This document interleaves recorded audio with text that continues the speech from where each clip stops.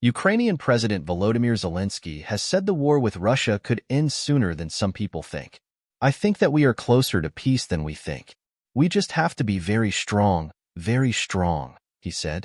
Speaking to U.S. broadcaster ABC News, Zelensky also said that the victory plan he would present to U.S. President Joe Biden this week would require Ukraine's allies to strengthen the Ukrainian army.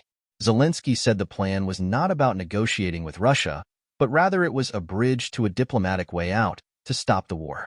He added that Ukraine could only push Russian President Vladimir Putin to end the conflict if Kyiv was coming from a strong position. On Tuesday, Kremlin spokesman Dmitry Peskov said Russia was being cautious about media reports of a Ukrainian plan and added that the conflict would only end when Russia's aims were achieved.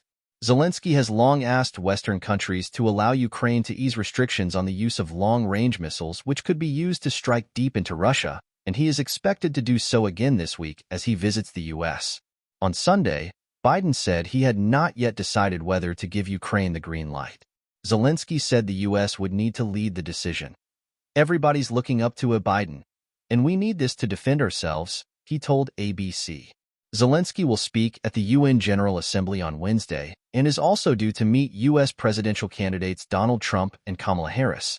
The president of the Czech Republic, Petr Pavel, told the New York Times that Ukraine would have to be realistic about its prospects of recovering the areas in the east of the country which Russia has managed to gain over the last 31 months of war. He added that the most likely outcome of the war was that a part of Ukrainian territory would remain under Russian occupation for a number of years. "A defeat of either Ukraine or Russia will simply not happen," Pavel told the Times, adding that the end of the conflict would be somewhere in between. Zelensky's U.S. trip comes as Ukraine continues to come under sustained attack by Russia. In a daytime attack on Tuesday, Russia hit a high-rise apartment block in Ukraine's northeastern city of Kharkiv. At least 3 people died and 15 were injured in the attack, which local authorities said was carried out with glide bombs. On Monday night, an attack on the eastern Ukrainian town of Poltava damaged infrastructure, while in the southern city of Zaporizhia 1 person died and 6 others were wounded following massive airstrikes. Russian troops have made serious advances in the east and are closing in on Volodar, a city on the southern part of the Donbass front line that the Russians have been trying to seize since the beginning of their full-scale invasion.